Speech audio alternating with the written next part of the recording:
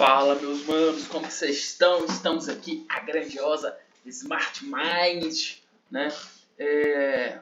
Fala Anderson, Pônei, Vitor e William, beleza, meus manos? Gente, agora são 6h15, dia 28 de maio. A gente falava muito de fazer uma call, algo desse tipo, e eu falei, cara, vamos iniciar esse negócio aí, né? Que a gente só tava na promessa. E vamos fazer um teste, né? Nem que for pelo menos no primeiro momento aqui improvisado. Vamos ver se o áudio vai sair bom, se a dinâmica sai bom, a didática sai bom, se aí as notícias, o que vier aqui, depois a gente vai buscando aprimorar, né? Só lembrando, esse vídeo que eu tô gravando, vou tentar ser o mais breve possível até para vocês, e vou colocar no YouTube porque fica até mais fácil de vocês assistirem do que eu mandar via WhatsApp, que vai carregar muito, vai demorar muito. Tá no YouTube, vocês assistem, tá? Eu peguei algumas notícias aqui de alguns sites e algumas outras algumas informações pra gente ver, tá? Tinha até algumas coisas que eu queria pegar, que eu achei aqui de hoje, lançado hoje, por exemplo, na Suno, um artigo de uma ação assim, bem completinha, uma análise bem fundamentalista, só que aí eu ia ficar tipo 20 minutos só falando dela, então, né, vamos ser um pouco mais, hoje não, né, quem sabe outro dia. Então vamos começar aqui com algumas notícias, algumas coisas, tá, galerinha? Eu achei interessante aqui, vamos começar com umas coisas mais leves, depois uma parte um pouco mais de números, né, mais econômica. Interessante que hoje, né, no próprio site do B3 tem essa notícia que hoje é o dia do hambúrguer, brincadeira, falando daquele índice de Big Mac, né, que é o que a gente tem. A gente comentou sobre isso um dia, né, sobre essa variação da taxa de câmbio. E aí é até interessante que a gente falou, aqui basicamente falando, né, que a gente já sabe, mas é interessante isso daqui. O que tem hoje? No Brasil hoje o sanduíche custa R$ 26,90. A cotação do dólar hoje está na casa de 5,17. Então o hambúrguer no Brasil hoje custa $5,20. Lá em Nova York ele é 5,29, ou seja, são preços próximos, né? 9 centavos de diferença. Claro, quer dizer o quê? O hambúrguer brasileiro ele é mais barato, então nossa moeda está subvalorizada, né? Nossa moeda está depreciada em relação ao dólar americano, né? Então, assim, aqui até fala, essa análise financeira nos leva a concluir que a moeda brasileira está subvalorizada em relação ao dólar. Tá, isso aqui quer dizer o quê? Que, pelo menos a questão de hambúrguer, tá mais fácil da gente exportar hambúrgueres do que importar, né? Aqui, claro, como funciona essa lógica de dizer, né? Aqui, claro, então só que eu falei isso para mostrar essa desvalorização do dólar. Claro que coloca alguns erros, né? Comenta que cada país tem suas leis trabalhistas e tributárias de forma diferente, né? E até no próprio país você encontra hambúrguer com preços diferentes. Mas é interessante ver esse poder de compra das moedas, né? Como que isso afeta a nossa economia em termos gerais, né? Aqui uma outra notícia, esse comunicado do IBGE, né, do dia 21 de maio, falando que em dia 21 de junho vai ser lançada a Pesquisa Nacional para a Morte de Homicídios Contínua, a famosa PNAD contínua, com as características adicionais do mercado de trabalho, né? Então é interessante que essa pesquisa, o que ela vai ter, né? Ela analisa a associação sindicada da população ocupada, adesão cooperativa de trabalho, a produção setorial de cadastro nacional, CNPJ. Isso daqui tudo, a gente está falando de mercado de trabalho e, poxa, o que isso tem a ver com a economia? A gente parar para pensar, tem muito a ver com que a gente está falando de como que está esse mercado de trabalho. Se está ocioso ou não, se ele está aquecido, se o mercado de trabalho com SNPJ, se SNPJ são empresas competitivas ou se são, que a gente fala, empreendedorismo de oportunidade ou empreendedorismo por necessidade, sabe? Essa questão de adesão cooperativa do trabalho que a gente vê, a força sindical, né? A percentagem de população ocupada, tudo isso é muito importante. Claro que, assim, 2023, sendo o relatório lançado em junho, eu fico um pouco chateado com isso, que demora, tem vezes alguns dados demoram um pouco para serem lançados, 6 meses depois, mas faz parte, a gente vê a importância disso. Aqui uma outra notícia, já no site do IPEA, que é a presidenta Luciana, que inclusive, Montes Clarence, viu gente, a presidenta do IPEA, Montes Clarence, presidente do IPEA, debate sobre avanços do Índice de Desenvolvimento Humano do Piauí em encontro do G20. Né? Teve encontro do G20 em Teresina, ela participou. E é interessante aqui, ela está falando do Piauí, mas a gente pode pensar do Brasil em si, né? Que o IDH trabalha com dimensões de saúde, educação e renda. O IDH é um índice de desenvolvimento humano, nós estamos falando de desenvolvimento, nós não estamos falando necessariamente de crescimento, mas é interessante a gente ver que o quê? Um país que tem melhor saúde, o mercado de trabalho tem melhores condições de trabalhar, né, gente? A gente não para trabalhar, a gente tem condições de trabalhar e trabalhar por mais tempo, né? É muito interessante ver isso. Também a questão de, hoje em dia, com a mudança demográfica, todo mundo tem que trabalhar um pouquinho mais velho, né? A educação é importante para a gente aumentar a nossa produtividade, nossa eficiência. Não adianta a gente formar apenas pessoas com ensino fundamental, é necessário cada vez mais nível médio, superior, assim vai. E aqui de renda já é um pouco voltado com o crescimento, né, que é o PIB per capita, quanto que aumenta, né. E é muito interessante ver que o Piauí tem se desenvolvido, né. O Piauí é um dos países mais pobres do Brasil e tem buscado se desenvolver e busca essa agenda 2030, buscando basicamente o que é a ODS, né, os Objetivos do Desenvolvimento Sustentável da ONU. Bem interessante notícia. Agora eu vou aqui para o site do especialista, né, que é vinculado mais com o Safra, de hoje a notícia, falando das melhores ações para quem quer investir em educação. Né.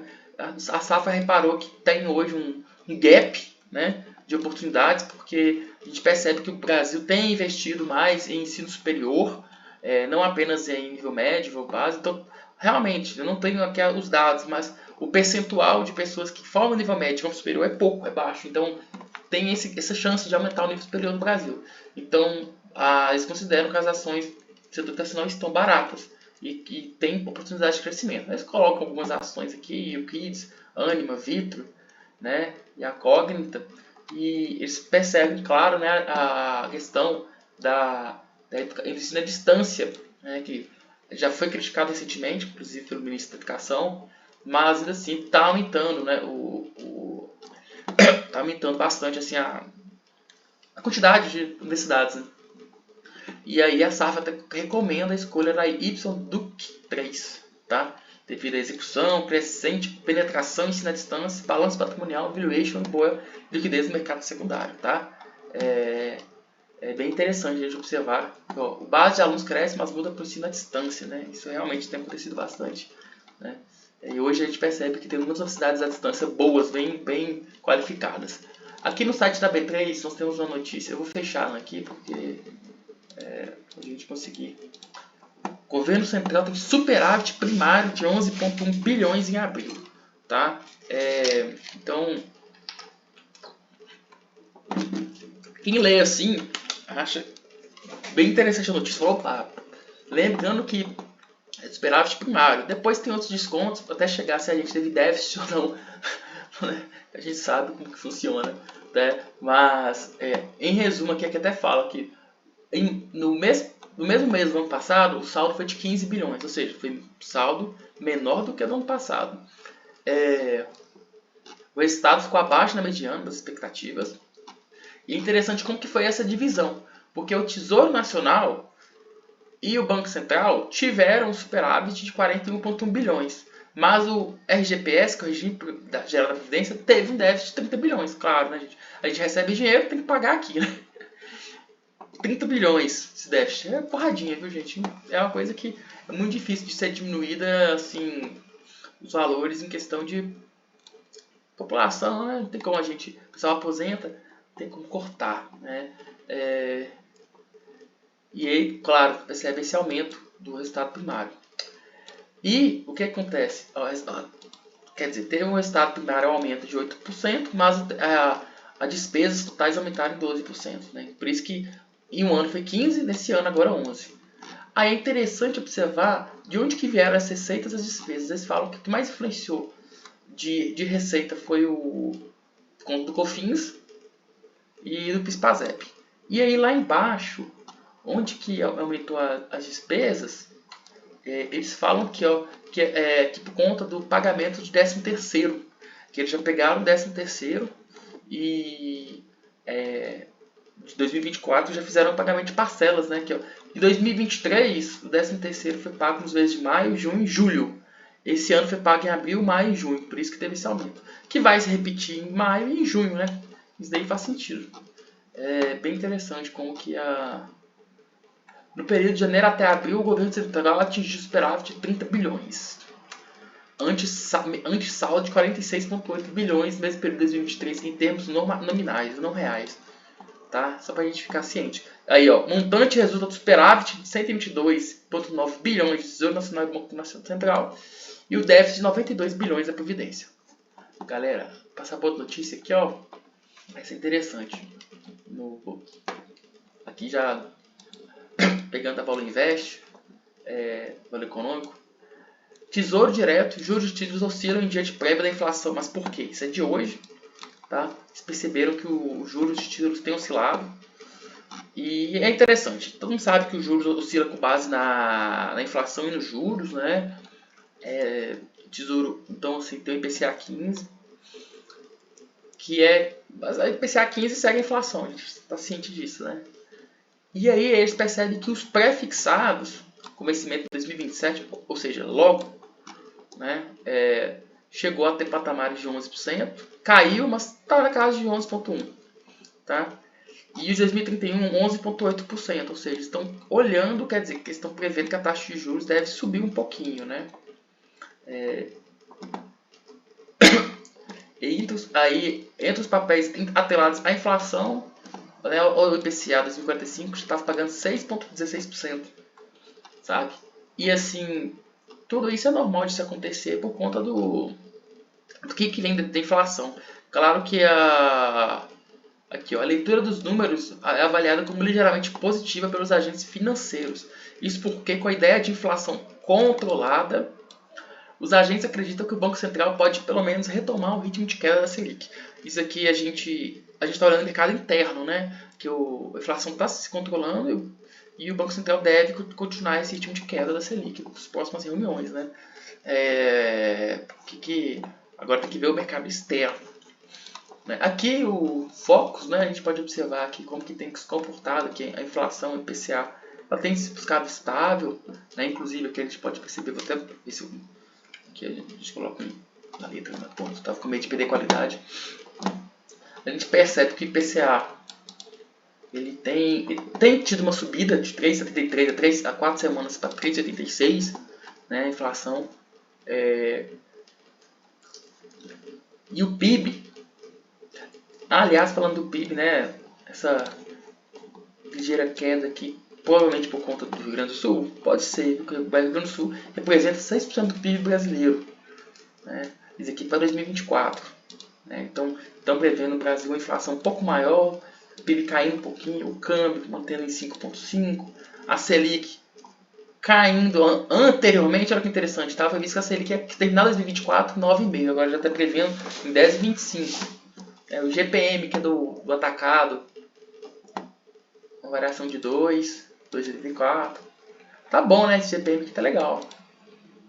IPCA administrativo, desculpa. A conta corrente, nossa, em déficit, olha, um pouquinho maior, mais déficit. Balança comercial, mais ou menos a mesma coisa, né?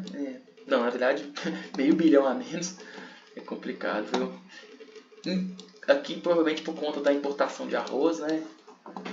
Investimentos diretos no país. Depois a gente vai olhar esse gráfico aqui de cada um, como que tem sido. A gente percebe que está tendo um aumento. Interessante, né? Dívida líquida. A dívida líquida do setor público tende a cair em percentual do PIB. Resultado primário do PIB caindo um pouquinho, resultado nominal subindo, caindo um pouco, né? Caso ficando negativo. Mas a gente percebe que está tudo tendendo aqui a uns valores que já não estavam mudando muito, não. Assim, essas quedinhas são bem poucas, né? O IGPM que está me surpreendendo, viu, galera? Realmente. Bom, aqui eu tô com uma notícia, tava com... acho que fechou.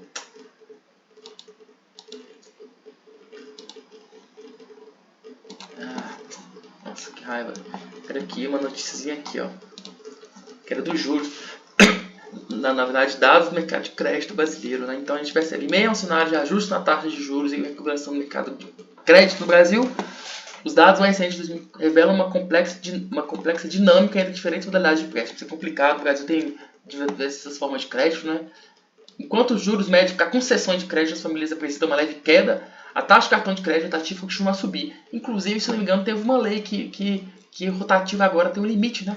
Acho que é 100% da dívida. Eu posso estar enganado, mas eu acho que não pode passar de 100%.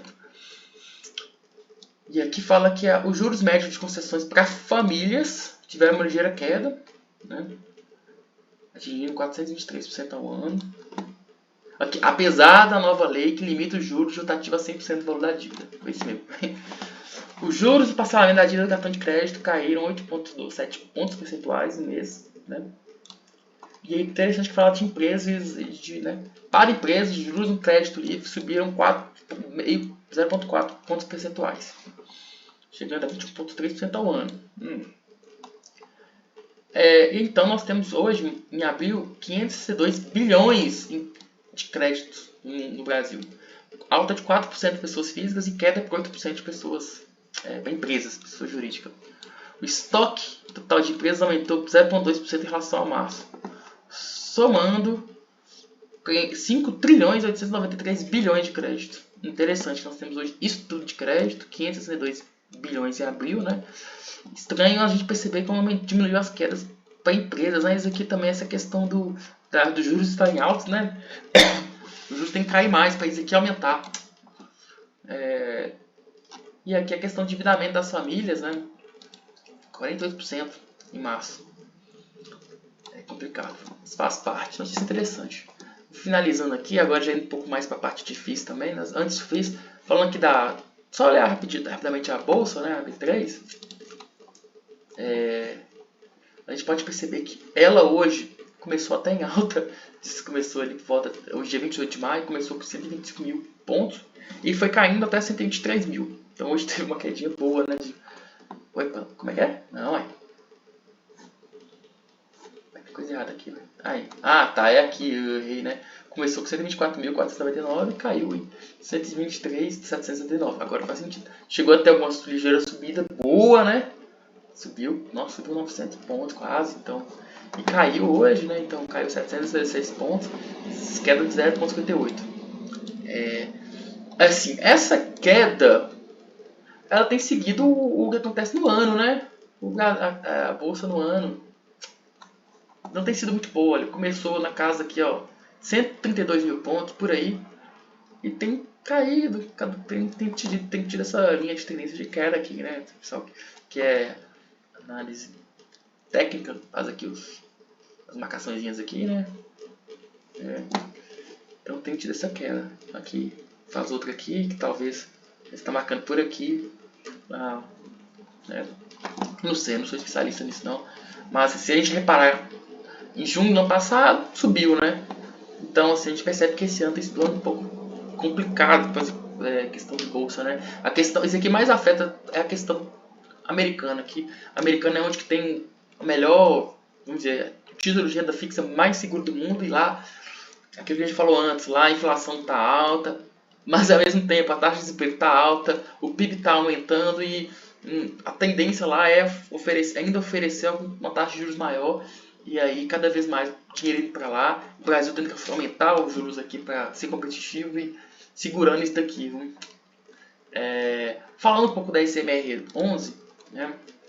A gente repara, não tem muitas notícias, o fundo está novo, pode procurar, não tem notícia nenhuma. O que a gente vai encontrar no próprio site da B3, a gente já tem um informe mensal.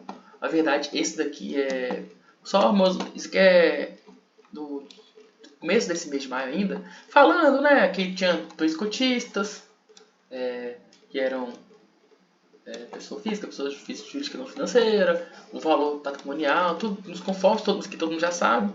O valor patrimonial da cota na casa de R$ 99,94. Era isso, aqui está bem seco, né? Um pouquinho de graninha disponível, 21 mil, 260 mil em títulos públicos. E aqui que está interessante, quer ver? Aqui a gente vai observar. Então é aqui. Que isso daqui foi disponibilizado ontem, né, em forma de pagamento de proventos. Então, data base. Hoje, dia 28 de maio, quem tinha uma cota na SMR 11 hoje vai receber no dia 6 de maio R$ 1,07, né? de cota, de provento, tá? Por cota. Isso aqui tranquilo, isso aqui tá na B3, né? Infelizmente, ainda não tem muitos.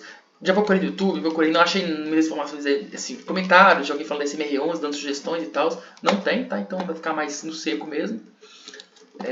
E aí, só por alto, aqui no site da Fundsport, vamos só falar um pouquinho do BTG Pactual Agro Logística, né? Esse fundo aqui que foi o que teve uma maior alta hoje. Só mesmo comentar um pouco de FIIs, né? Ele é um FII que está sendo negociado a R$ 102,85 o preço da cota, né? E é interessante que o valor patrimonial é R$ 105,00, ou seja, ele está abaixo do valor da cota, né? Está bem abaixo, tá mais de R$ 30,00 em relação ao valor patrimonial. A liquidez média diária na casa de 727 mil, último rendimento 84 centavos, né? Então, em relação a esse valor aqui, né, nos últimos 12 meses, 11,5%, patrimônio líquido de 632 milhões. O preço sobre o preço patrimonial, 69, né? O valor patrimonial. E aí o que acontece aqui? Tem que ignorar um pouco, né?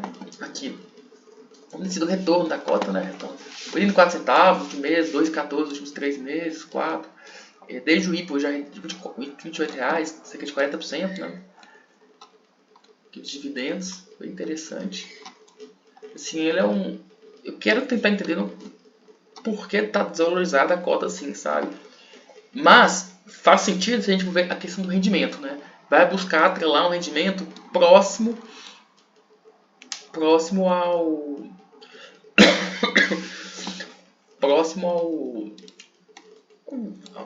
ao título, a Selic, né? Então um pouquinho acima da Selic. Porque se deixasse a cota a R$100, aqui ia render, sei lá, 7%, 8%, né?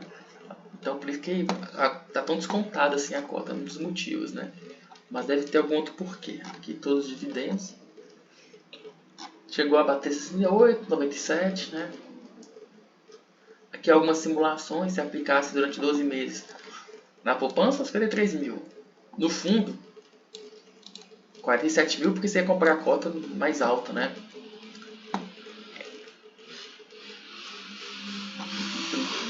Então, quem sabe é uma oportunidade, né? A gente vê que tá rendendo bem. Aqui estão algumas notícias. Aqui só estamos olhando por cima, a gente não está falando detalhadamente, poderia fazer, né? Ela é logística, a maioria está em Minas Gerais, né? Os empreendimentos, Goiás, Mato Grosso, Paraná e Espírito Santo. Ó, aqui cada uma a sua região, Iturama, Toledo, Vila Velha. Bem interessante, né? Esse Iturama é grande, 153 mil metros quadrados. Nem que seja de Iturama. Show de bola. É o maior. Né? Aqui algumas informações básicas. Sobre isso, a gente não vai detalhar muito, senão vai ficar muito longo o vídeo, né? Eu esqueci de ter colocado aqui, eu vou procurar na internet o que é o IFIX. Vamos ver como está o IFIX. O IFIX também é uma queda, né? Hoje, essa queda de pouquinho, né? 11 pontos, 0,33%, mas é uma queda. E ela, vamos lá, colocar desde janeiro, olha. Se a gente parar a pensar, desde janeiro ela estava com aqui, ó, 3.300, subiu 50 pontos mais ou menos desde o começo de janeiro, né? Então isso é uma notícia boa a gente parar para ver aqui. Mas ainda assim se percebe que está um pouco lateralizado, né? Assim, subiu, desceu, né? Não está tão uma tendência de alta assim. E assim, para finalizar aqui, já estamos em 25 minutos já quase, mostrar assim algumas, para a gente ficar de olho em alguns indicadores. Nossa senhora, aconteceu? Isso aqui estava carregado. Bugs acontecem, né, galera? A gente não pode esperar que vai dar tudo certo.